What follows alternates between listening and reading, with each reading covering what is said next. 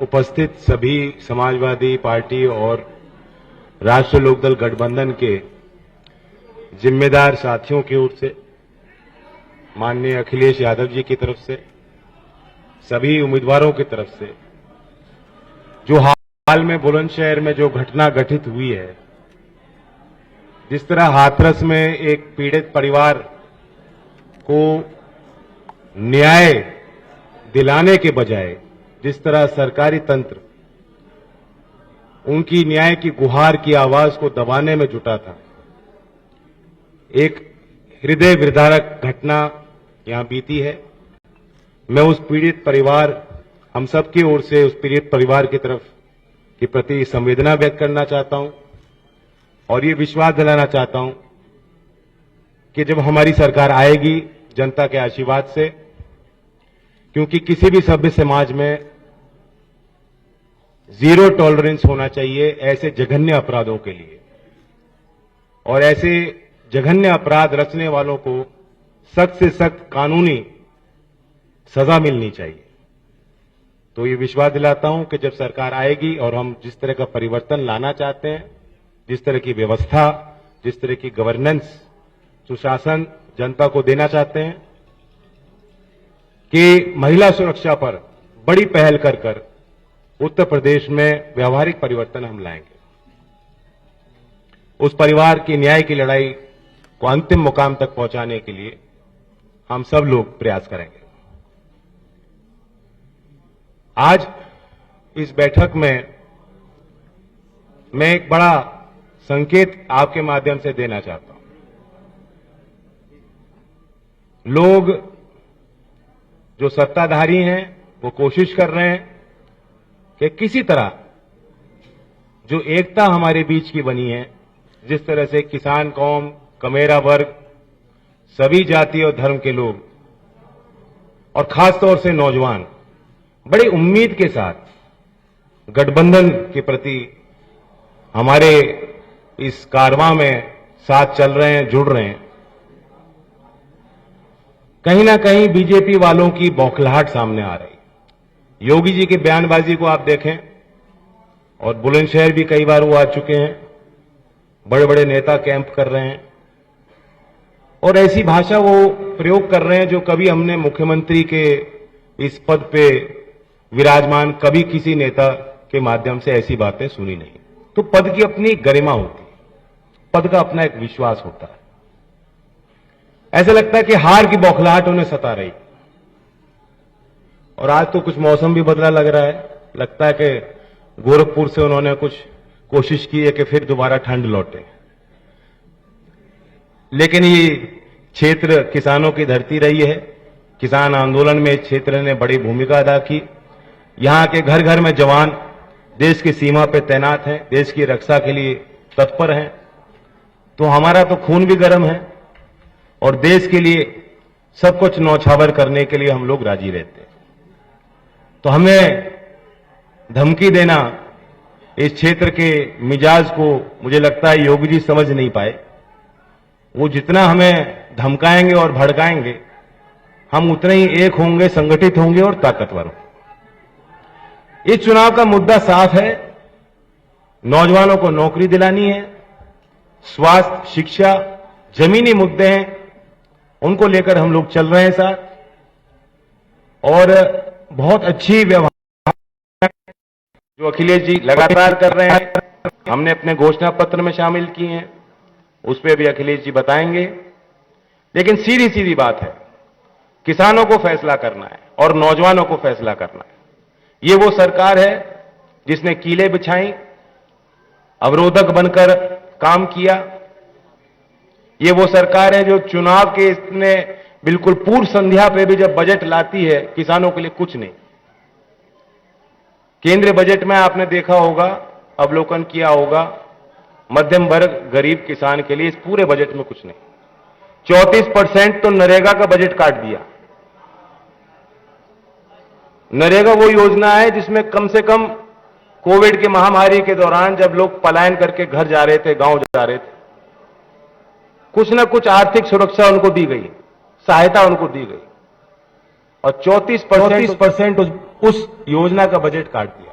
एक भी बार वित्त मंत्री ने उस योजना का जिक्र अपने भाषण में नहीं किया। और शायद जब से निर्मला सीतारमण जी वित्त मंत्री बनी है, हालांकि उनका बजट भाषण जो है वो मुझे लगता है पीएमओ ज्यादा लिखता है, वो खुद तय नहीं करती। शायद जितने बजट भाषण दिए उन्होंने एक ही बार नरेगा योजना का जिक्र किया। तो उस गरीब वर्ग को उसके उत्थान के लिए हम फैसले लेगी और किसान को सम्मान मिले, सही समय पर भुगतान गन्ने की खेती कर रहे किसानों को मिले और कानून की व्यवस्था सख्त हो, इस ओर हमने बड़ा संकल्प लिया है। मैं फिर दोबारा स्वागत करता हूं अखिलेश जी का और मैं उनको आमंत्रित करता हूं कि आगे की जो है व्यवस्था वो देखें।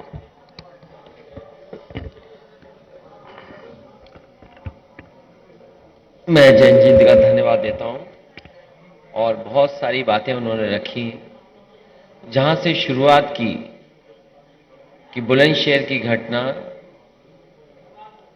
आज पूरे उत्तर प्रदेश को चिंतित कर रही है और खासकर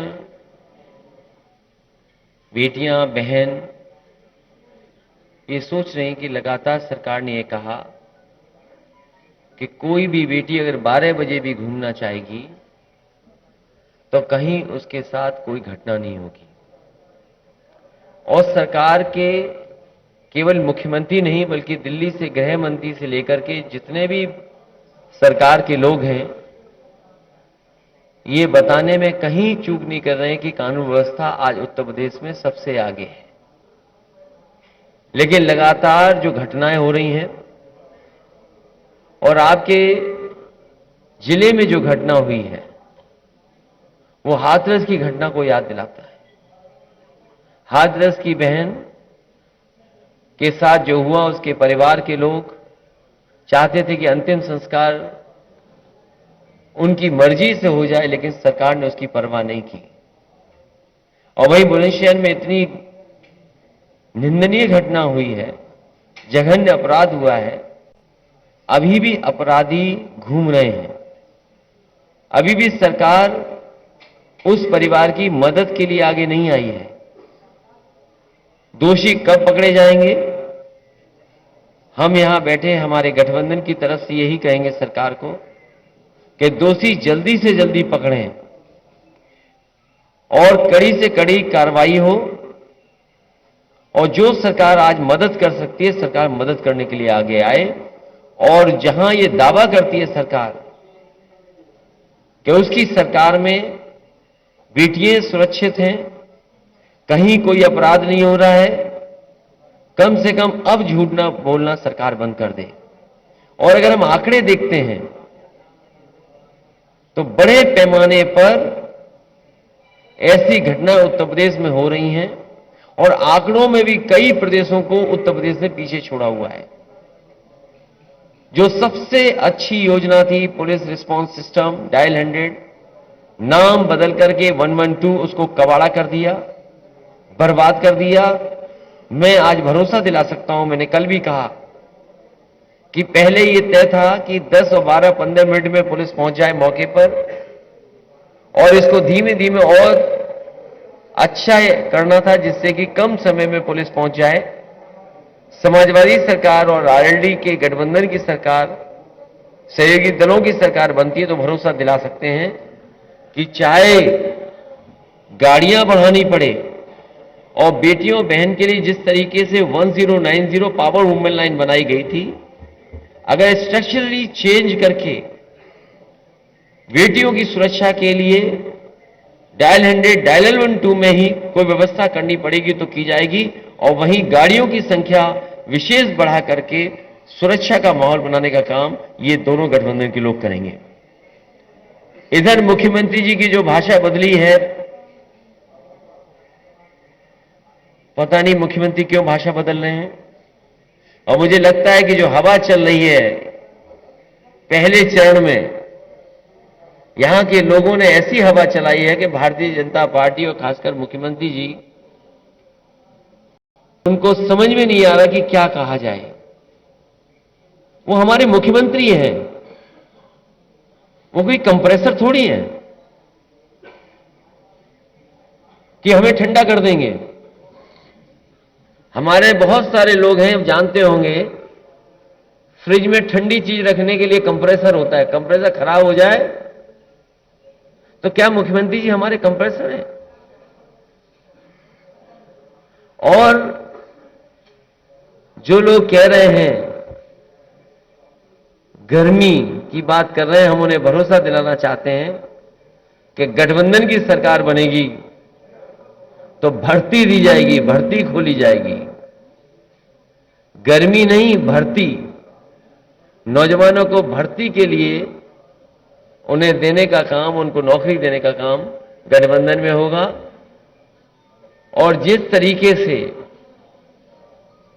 सरकार ने नौकरियां छीनी हैं, रोजगार छीने हैं, इस बार हर यूथ अपने बूथ पर भारतीय जनता पार्टी को हराने का काम करेगा। हमारे किसान दुखी हैं कि इस बजट में भी उनके साथ धोखा हो गया। ये बजट तो ऐसा आया है कि गरीब को महसूस ही नहीं हो रहा कि कोई बजट आया है। और सरकार कह रही कि अमृत बजट है। अगर ये अमृत बजट है तो इससे पहले क्या सब जहर वाले बजट थे? अगर ये अमृत बजट है भारतीय जनता पार्टी का, तो पिछले जितने भी बजट थे वो जहर वाले बजट थे क्या? और सुना है कि डायमंड सस्ता हो जाएगा। तो देखो गरीबों का कितना ख्याल रखा है इन्होंने। भारतीय जनता पार्टी कहती है इस बजट के बाद डायमंड सस्ता हो जाएगा। तो सोचो गरीब का कितना ख्याल रखा गया है। और जूते चप्पल सस्ते होने जा रहे हैं। ये देखो सरकार कितना ख्याल रख रही है। अपनी गलत नीतियों के कारण बड़े बड़े कारखाने बेच करके, बड़े बड़े उद्योग बेच करके, कोविड के समय न मदद कर करके सभी उद्योग कारखानों को चौपट कर दिया। तो लोग और नौजवानों के खासकर जूते चप्पल ही तो घिस रहे हैं अपने भाग्य को बनाने के लिए। ये सरकार किसानों की सरकार नहीं है। जहां आय दोगुनी की बात की, आज कमाई आधी हो गई है। और लगातार सरकार ने महंगाई बढ़ाई है। डीजल पेट्रोल की कीमत कहां पहुंच गई। और किसान को जब सबसे ज्यादा जरूरत खाद की थी तो खाद नहीं दे पाई, किसी फसल की कीमत नहीं दे पाई सरकार। इसलिए मैं कहना चाहता हूं कि आज वही 3 तारीख है। एक 3 तारीख ऐसी भी थी जिस दिन जीप से कुचल दिए गए थे लोग, किसान कुचल दिए गए थे। और अभी भी किसान भूले नहीं है वो। इसलिए मैं कह सकता हूं ये चुनाव किसानों के मान सम्मान का चुनाव ही है। इस बार जनता ने तय किया है, भाईचारा बनाम भारतीय जनता पार्टी चुनाव है। लगातार हम लोग जगह जगह जा रहे हैं, जनता से अपील कर रहे हैं। और जो समर्थन मिल रहा है उस समर्थन से मैं कह सकता हूं, सहयोग जो मिलने जा रहा है, इस बार ऐतिहासिक जीत आरएलडी और समाजवादी पार्टी के गठबंधन की होने जा रही है। इतना बहुमत, इतना समर्थन कभी नहीं दिखाई दिया होगा जितना इस बार दिखाई दे रहा है। इसलिए ये जाने वाले लोग हैं, नई सरकार आने वाली है। मैं भरोसा दिला सकता हूं कि जो घोषणाएं की हैं, जो संकल्प लिया है कि सरकार बनने के बाद घरेलू बिजली 300 यूनिट माफ होगी, बिल नहीं आएगा, साथ ही साथ सिंचाई मुफ्त होगी किसानों की, और बहुत पुरानी कर्मचारियों की मांग कि ओल्ड पेंशन बहाल हो। समाजवादी सरकार और आरएलडी और गठबंधन की सरकार बनने के बाद पुरानी पेंशन बहाल होगी, कर्मचारियों की मदद करने का काम करेंगे। जिस तरीके से समाजवादियों ने जो काम किए आज भी दिखाई दे रहे हैं। अगर सड़कों पे एम्बुलेंस है, कोविड में अगर किसी ने मदद की तो उस समय एम्बुलेंस सबसे आगे आई थी। जो उसके ड्राइवर थे उसको भी अपमानित करने का काम इस सरकार ने किया है। जो 100 नंबर 112 हो गई है वो भी समाजवादी सरकार की देन है, जो सड़कों पे दिखाई दे रही है। कोविड के समय पर जिन परिवारों में भी लैपटॉप पहुंचा होगा वो आज भी चल रहा होगा, आज भी खराब नहीं हुआ होगा। लेकिन ये सरकार जो दावा करती है कि लैपटॉप देंगे, पता नहीं बुलंदशहर में कितने बाबा योगी जी ने लैपटॉप भिजवाए होंगे, कितने स्मार्टफोन दिए होंगे, जब योगी जी खुद ही स्मार्टफोन नहीं चला पाते, किसी और से ट्वीट लिखवाते हैं, किसी और से पढ़वाते हैं। तो आपको हमको लगातार 4.5-5 टैबलेट देते रहे हो, पता नहीं कौन सी टैबलेट हमें और आपको देते रहे। इसलिए ये सरकार जाने वाली है। समाजवादियों ने जो जो अपने घोषणा पत्रों में लिखा था पहले, वो भी पूरा करके दिखाया था। कम से कम समाजवादी पार्टी का ये जनता में भरोसा है कि अगर समाजवादी पार्टी जो बात कहती है वो करके जमीन पर दिखाती है। मुझे उम्मीद है कि हमारे साथ जो प्रत्याशी बैठे हैं, बंसी सिंह पहाड़िया जी हमारे गठबंधन के प्रत्याशी हैं। हम जब सरकार में थे तो ये भी विधायक थे, ये विधायक बनेंगे और सरकार दोबारा बनेगी। साथ ही साथ हरीश लोधी जी हैं, मैं इनके समर्थन में भी आपके माध्यम से अपील करता हूं कि इनको जिताने का काम करें। दिलनवाज खां साहब, ये भी जब सरकार थी तो ये भी विधायक थे, और मुझे लगता है कि विधायक आप फिर होने जा रहे हैं और सरकार फिर बनने जा रही है। किरणपाल सिंह जी हैं, मैं इनके सहयोग और समर्थन के लिए भी आपके माध्यम से जनता से अपील कर रहा हूं। के शर्मा जी जो गठबंधन के प्रत्याशी हैं, शरद पवार जी की पार्टी के प्रत्याशी हैं, मुझे उम्मीद है कि सभी लोग इनका भी सहयोग और मदद करेंगे, जिससे ये भी विधानसभा में पहुंच करके समाजवादी और गठबंधन की सरकार बनाए। हाजी यूनुस साहब के समर्थन में मैं आप सबसे अपील करता हूं। राहुल यादव जो है समाजवादी पार्टी के प्रत्याशी, इनकी भी मदद करें। मैं दोनों जिलाध्यक्षों का धन्यवाद देता हूं, अरुण चौधरी जी और राहुल यादव जी, और इसके साथ हमारे संगठन और पार्टी के बहुत सारे पदाधिकारी हमें दिखाई दे रहे हैं, पूर्व अध्यक्ष भी दिखाई दे रहे हैं, जिम्मेदार कार्यकर्ता हैं, दोनों दलों के जिम्मेदार कार्यकर्ता, दोनों दलों के जिम्मेदार पदाधिकारी, मैं उन सबका धन्यवाद देता हूं। और इस भरोसे और इस उम्मीद के साथ कि चुनाव में वो एक एक बूथ पर मदद करने का काम करेंगे, अपने अपने प्रत्याशियों को जिताने का काम करेंगे। मैं प्रेस के लोगों का एक बार फिर धन्यवाद देता हूं।